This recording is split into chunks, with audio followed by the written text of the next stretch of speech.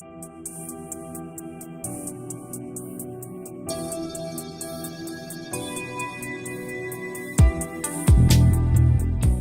issues that we had really with this green, our first green, sort of stemmed sort of 2 years after it had been relaid. It was laid with a bent fescue mix, and we started to see that the grass was becoming very weak and very poor in coverage.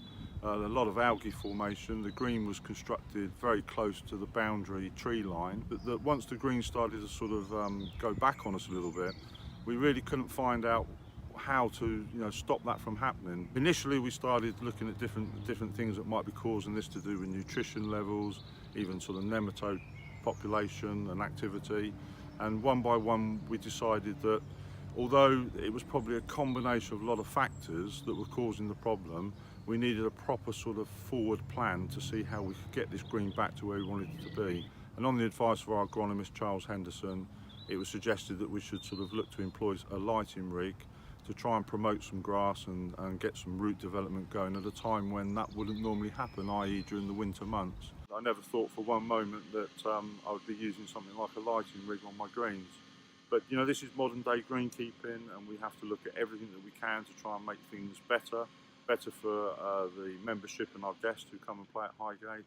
I'm not really a scientist by profession or by qualification, but having worked in greenkeeping for 42 years, I have a very active sort of interest in trying to get things right and getting the grass to grow properly. So having got involved with a trial that we've just had on this green has been a real sort of good eye-opener for me to work out what was going on with the green, how we can get over the problems we had.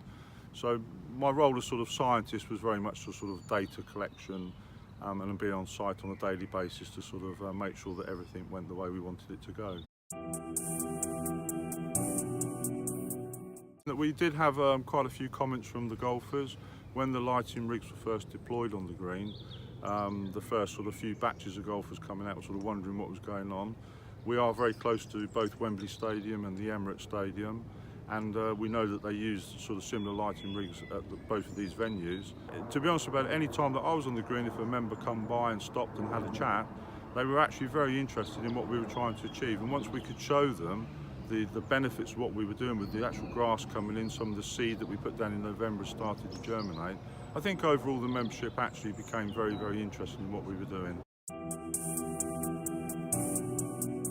We noticed change within the turf probably within about 2 weeks of deploying the rig. Initially it was very difficult to sort of see any sort of major difference in the grass, but we did overseed the green with some bent fescue in November, and one of the first things that we noticed was that this seed that we sown was actually starting to germinate and started to grow. We took some photos of this because it was quite an incredible sight to see that just after 2 weeks that there was this establishment going on. The other thing that we do, the green, because of the shade issues that we have with it, we suffer quite a lot with algae formation.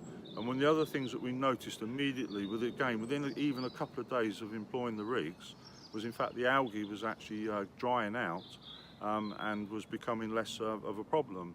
The other noticeable thing was in fact the dew coverage. There was virtually no dew on this green, again around the footprint of the light.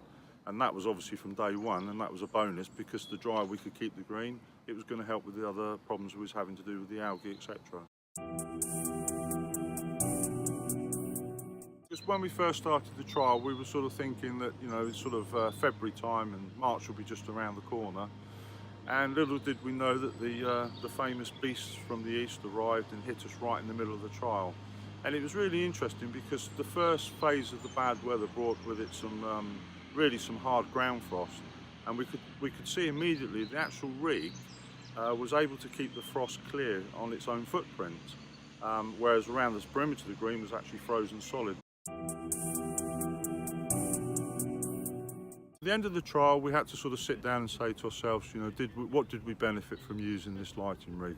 And we had a lot of people involved in this trial, not just myself and obviously the course committee to allow us to do it, but we had people with us from Bernard's and also from the STRI, and our own agronomist Charles Henderson involved. And collectively we formed the opinion that, wow, there has definitely been a significant improvement in the grass coverage and the health of this green. Throughout the trial, not only did we take regular photographs of the grass coverage on the surface, but also the root development below, and we've seen a significant increase in the root population and the root depths. The green is now in a much healthier state than what it was when we first started the trial, and therefore we are very grateful to everybody that's helped us on the way. I would strongly recommend that anybody in a similar situation who's having a problem with any of their greens, with shading issues and poor grass cover and algae formation, to give it a go. I mean, people like Bernard's are always going to be now willing to help out, and they were always at the end of the telephone or the end of an email, as was Renata, who visited sites several times throughout the trial to help me collect data and to sort of try and evaluate how well we were doing with the experiment. So to be honest about the experience I've had in dealing with Bernard's, who I've known for many years, obviously on the grinding situation, to do the lighting rig has been fantastic, and fair play to them, and thanks very much.